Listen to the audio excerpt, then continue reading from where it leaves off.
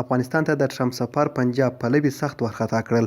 سلام، وخت مو پخیر. د خبر نه مخکې که مو زموږ چینل نه وي سبسکرایب کړی، د مهربانۍ نه مخکې زموږ چینل سبسکرایب کړئ.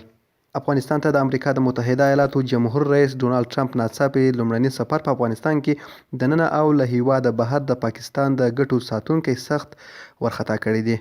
له ښاغلي ټرمپ سره په دغه سفر کې د هغه د ملي امنیت مشاور، د استخباراتي او نورو چارو ځینې مشاورین هم شامل وو. جمهور رئیس ټرمپ په خپل دغه سفر کې تر هر څه ډیر افغان امنیتي ساتونکي وستایل چې په دې وروستیو کې خپل غلیم ته سخت غاښ ماتونکی جواب ویلی دی. ټرمپ وویل: زه د افغان امنیتي ساتونکو مننه کوم چې په زغرده او میړانه د ترهګرو خلاف جګړه کوي.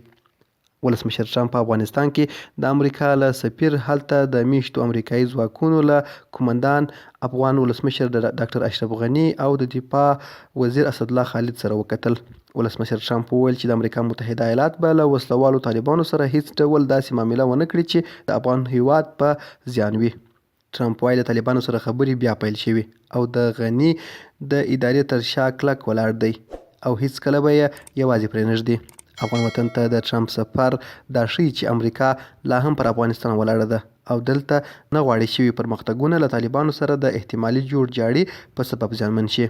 د ولسمشر ټرمپ دې خبرو چې امریکا د افغان حکومت او ولس تر شا ولاړه ده، په افغانستان کې دننه او بهر هغه کسان سخت اندېښمن کړي چې په لویه کې د پاکستان او ایران د ګټو پالونکي دي. د پاکستاني ګټو پالونکي ځینې کسان چې ځانونه افغانان بولي او په پښتو ژبه روانې خبرې کولی شي، پر خواله رسنیو هڅه کوي چې د ټرمپ سفر کمزوری وښيي. خو په لویه کې د امریکا د ولسمشر ډونالډ ټرمپ په سفر د افغانستان د دښمنانو لپاره یو سور چراغ دی.